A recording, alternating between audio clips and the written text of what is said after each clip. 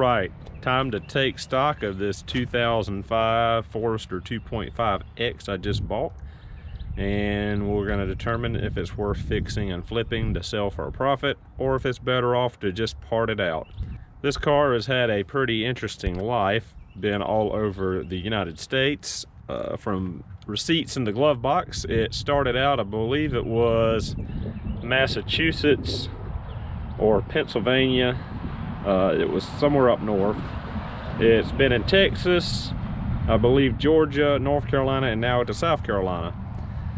So being that it spent the majority of its time up north, it does have a lot of rust and a lot of corrosion. As you can see, there's lots of flaking rust here just on the piping for the PCV system. We do have a lot of corrosion on the metal serpentine belt guard. The AC belt is off. This compressor is locked up. I'm not sure if that's due to rust or just from lack of oil, maintenance, age. It has a used or reman engine from LKQ. It has the emblem stuck right there to the top of the block. We have a new reman alternator. We have very rusty radiator hoses, as you can see. They replaced this one with a worm gear and simply pushed the old fat one back down on the neck. Didn't even bother taking the hose off to remove the clamp. Tons of oil leakage over on the driver's side bank around the oil filler and rocker covers. Rust on our starter, rust on our clutch mechanism, rust and dry rot in the strut top hats. They are most likely ready to be replaced due to the dry rot and cracking. We have some rust on the frame. We've got rust pretty good on the bracket here for the ABS pump. Other than that, it seems to have a newer serpentine belt. The owner, well, the previous owner I bought the car from had just put a new ball joint in on the driver's side. The clutch, flywheel, pressure plate, all was replaced, I believe, about 20,000 miles ago, according to the receipt in the glove box. The headlight is full of water on the driver's side, and we've got some packing tape here and electrical tape. I don't know what's going on there. We'll get into that a little bit later. Grill appears to be plasti dipped. Our super emblem is gone. This headlight just appears to be crusty and yellowed. What else we got? Other than the rust and the leaks up top, it's nothing out of the ordinary for a 221,000 mile vehicle, if I remember correctly. Let's see, moving to the outside. Front bumper appears to be plasti dip black. Front bumper is coming out of the corner over here. Scuff, scratch, normal wear and tear stuff for a 2005 model. We've got some paint overspray big time on the fog light on the driver's side. Passenger side seems to be okay. Have not tested to see if they work. We got a dent here, ding there on the driver fender. We got some dents here on the driver A-pillar. Apparently someone locked themselves out, or someone was trying to break into this car at some point. Driver's door is pretty good. A couple little paint scratches. Got more dents up here, evident of someone trying to break into this car or having locked themselves out. Roof is relatively straight. There's a few spots of hail damage I can see. Passenger driver rear door, good, just some paint scratching. No rust in this rear quarter, which is typical of all Subarus. This leading edge here between the wheel well and the bumper is a notorious area for rust. We do have some really crappy done bodywork here with some sprayed on silver paint. Not terrible, but not great. Tail light is loose on the driver's side, most likely due to this impact, this dent. Rear hatch, really good shape. Someone jokingly turned this 2.5X into a 2.5XT with some Sharpie, wishful thinking.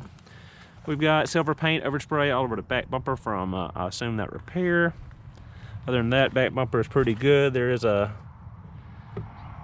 pushed in place here that it has a hole in it. We have a dent here that has been pushed back out, repaired in this bumper.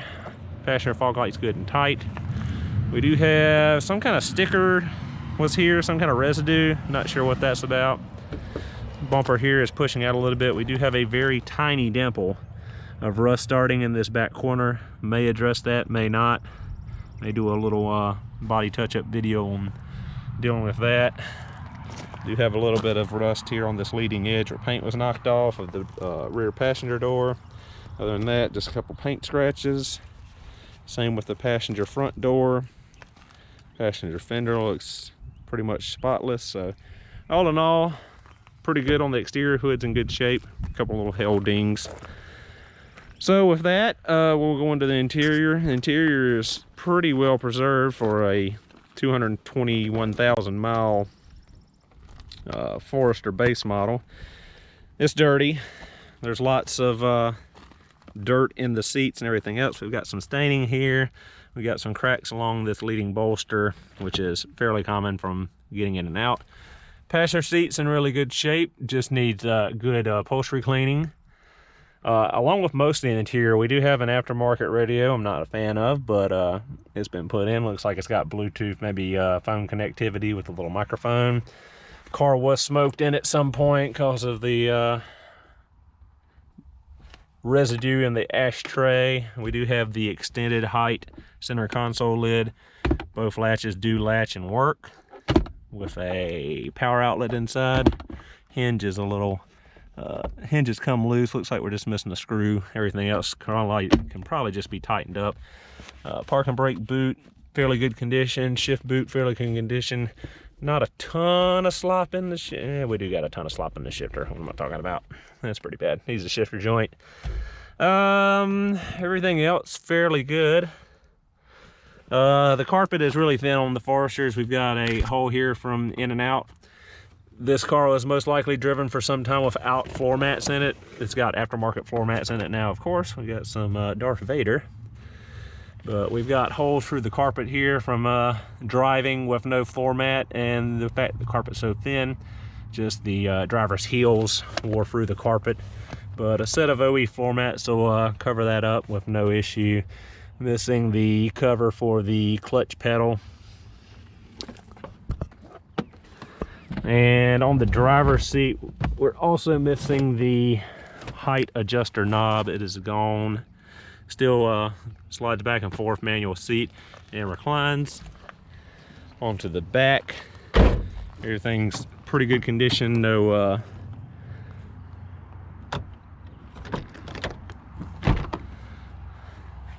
no tears or cuts to speak of. Just some upholstery cleaner needed, carpet cleaner needed. The rear cup holders are broken and missing, which is extremely common in all Subaru models that had rear cup holders. Moving to the back, we do still have the factory cargo cover, which is, did not unlock these doors. Car does have a remote keyless does work, but I didn't unlock all the doors when I got in earlier, so. All right, so our cargo cover is here. There's a couple stains on it, nothing some Armor All won't take off. A lot of pet hair common in any Subaru model in the back. And we've got the Subaru survival kit here. We've got a jug of extra coolant. I hope that's not actually Dex Cool. A jug of high mileage motor oil. A can of touch-up spray paint.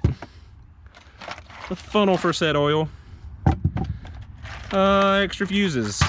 And stuff I don't want to touch without gloves on, because it looks like we got some t-shirts and maybe underwear. But yeah, we got the essentials here. All they're missing is a spare alternator, which I actually used to carry around in my 98 Legacy GT sedan, just because I'd had some issues with alternators failing. So yeah, I carried a spare one in the trunk with me at all times, because if they ever went out, I could replace it in about 10-15 minutes on the roadside with just a couple wrenches. So other than that, we're all good. Front, all four tires, if I recall correctly, are matching. Have still quite a bit of tread left on them. They don't appear to be dry rotted, so that's a plus. I believe our rears are more worn. I'm assuming they were on the front and the car was out of alignment. We've got some wear on the outside of the tire here. So tires will probably need to be addressed fairly soon, probably with the next owner. I'm not gonna put a set of tires on this car. So with that, we'll get up underneath the front and back of the car, check suspension, brakes, and all that good stuff. All right, looking at front suspension, the passenger ball joint is good. It does have a torn boot. It will need to be replaced, but the joint itself is tight, so not worried about it. Driver's side has a brand new ball joint in place. Good there. Wheel bearings seem to be tight on both sides. Passenger side might have a bit of play in the wheel bearing or in inner or outer tie rod. I'm not exactly sure. So I'm gonna shake this wheel and I'll make the call on the video from what I can tell, because I can't rightly get under here right now. Judging from the play, I guess it's the inner tie rod this failed. It might be the outer, but not able to see it while doing this. Let's see if I can get a better angle.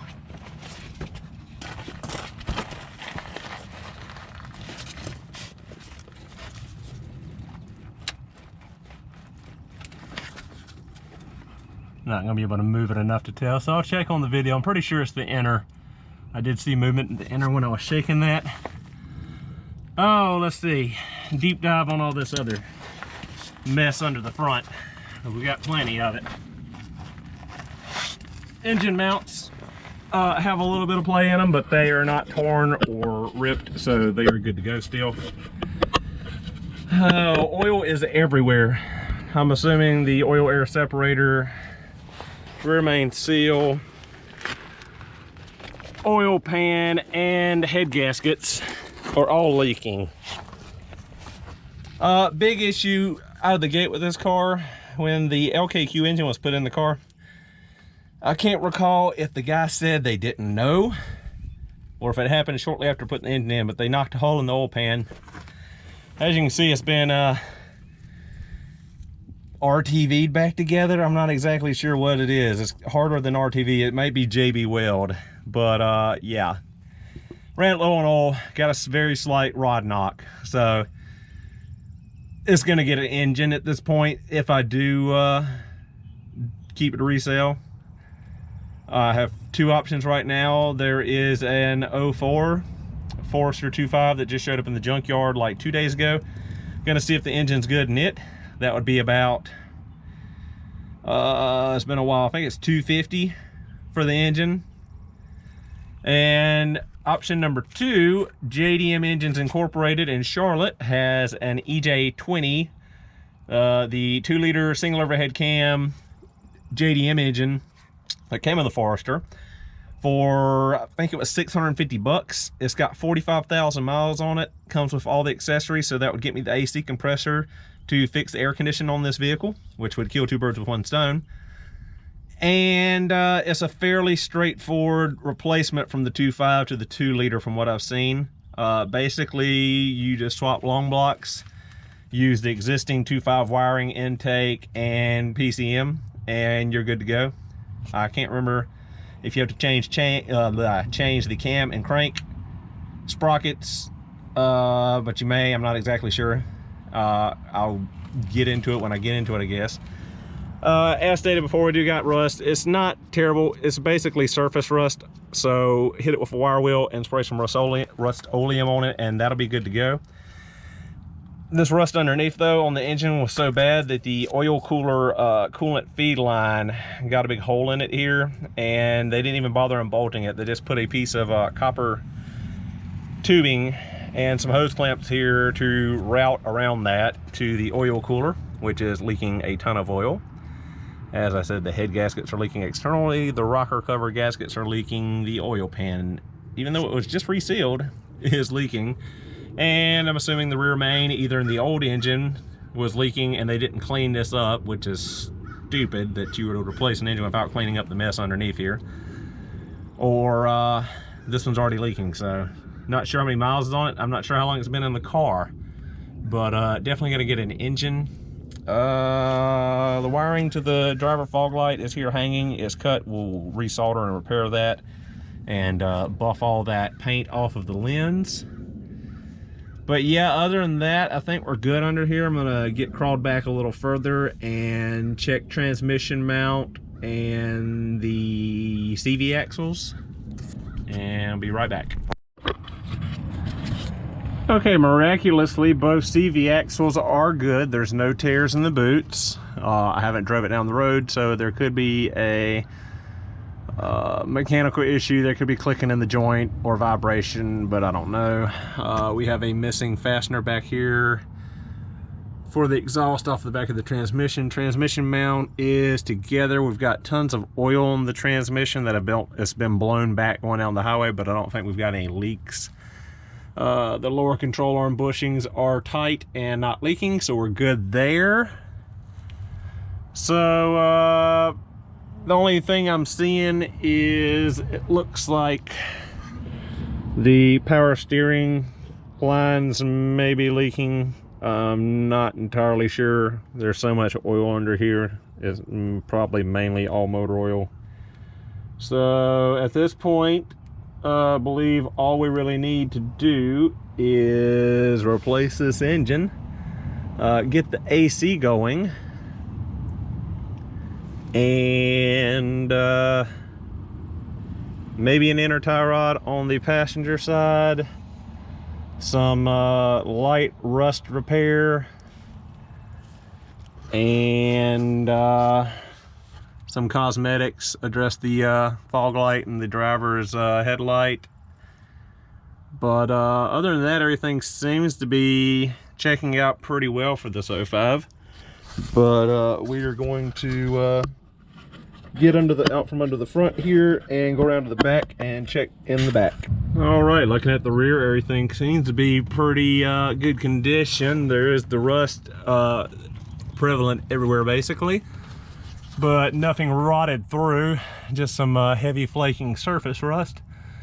Both axles seem to be in pretty fair condition, no tears or ruptures, no leaking grease. There's a little bit of play in the rear diff bushings, but they're not degraded or torn extremely badly, so no issue there for my purposes. This wheel bearing back here, I believe, has been replaced recently due to the fact that there is a new lower strut bolt in there. Not strut, lower spindle bolt. As compared to this one, it's the original. There's no play in the wheel bearings. Check the rear struts, they're dry. There's no leaking from the top. The front struts also checked under the bellows. I didn't see any leaking there.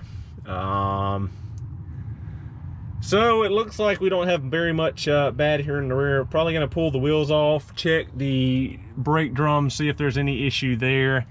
This side, it appears that everything's original, and on this side, from the line and the newer looking bleeder screw, looks like that a wheel seal has been, wheel cylinder has been put in the passenger rear. So check the driver's rear, make sure there's no leaks. I'm not seeing any wetness on the bottoms of the drums or backing plate, so I don't think we've got any leaks there. So this point is looking like this is going to be a fix and flip. There's not too terribly much wrong with it to fix. I know it's a major issue, being that the engine's got a rod knock, but if we get that JDM engine, that'll knock out the engine, all the oil leaks, all the issues there. Our air conditioner compressor locked up because I'll get an air conditioning compressor with it, as well as the alternator and power steering pump. So that knocks out the majority of this. I'll probably go to the U-Pull-It and grab a driver headlight if it is available. I don't know if the car is wrecked or what the issue is with it. Since our driver headlight is bad. The passenger headlight I'll probably just buff back out. Probably buff out the driver fog light as well. Detail it inside and out. What else? I have to go over my list once we get out of here, but yeah, I'm gonna check the brakes real quick, cut here, and we'll go back to the list and the cost and finish the video up, and hopefully have our plan of attack in place. All right, car's back on the ground. All four wheels are torqued. Just glanced at the brakes. They all are about 50 to 75%. So good there, no worries on having to replace the brakes on this car. Wouldn't to resell it unless they were just about worn through. So looking at the list, this is basically the main points I would like to correct before selling the car to somebody. Replace the engine, replace every fluid in it basically. That right front ball joint is a possible because, like I said, there's no slop or play in the ball joint. It's not failing, but the boot is torn.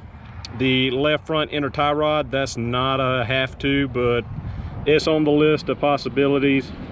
The left front fog light, like I said, I'll probably be able to buff that out and resolder the wires, no issue there. AC, definitely got to fix the AC in South Carolina, being springtime going to summer. Like I said, I'll get the compressor with the JDM engine, or I've probably got another one of these compressors sitting around in my personal junkyard, so no issues there. The rust, a couple cans of Rust-Oleum, a couple hours of my time, and the wire wheel. Floor mat's pretty cheap and easy to find, other than those hideous aftermarket ones that are in there. Left front headlight, probably find that at the pull apart, maybe even get both if they're less crusty than these are.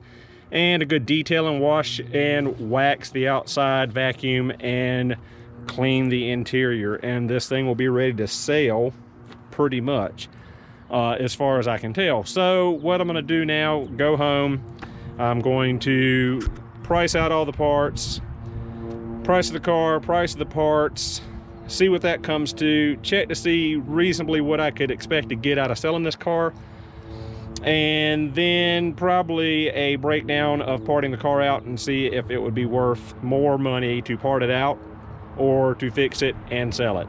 So that's pretty much it for right now. Gonna come back after a cut, we'll see the spreadsheet, and probably text on the screen will show my decision and how we're gonna move forward on this project. I just realized I told you guys that this engine was knocking and I haven't even let you hear it yet, so let's do that real quick.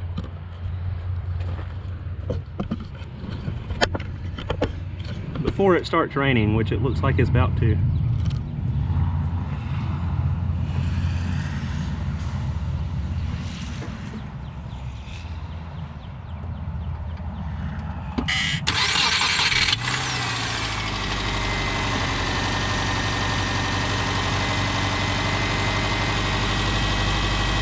Here at idle, you really can't tell that there's any issue with the engine at all. It runs fairly quietly and fairly smoothly, as well as much as any EJ25 does anyway. So really you can't hear any knock or any noise until you rev the car up. So I'll give it a little bit of a rev so you can hear the knocking.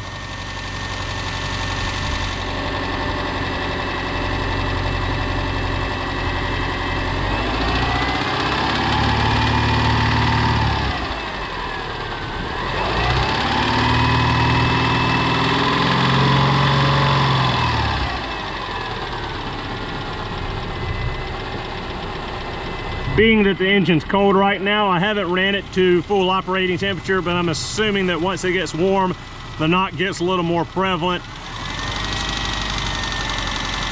Okay, idle up for no reason. Anyway, you can hear the little slight knock that's in it, so it's not earth-shattering. You could probably put some thicker weight oil in this car and drive it for another 10,000 miles or more without issue.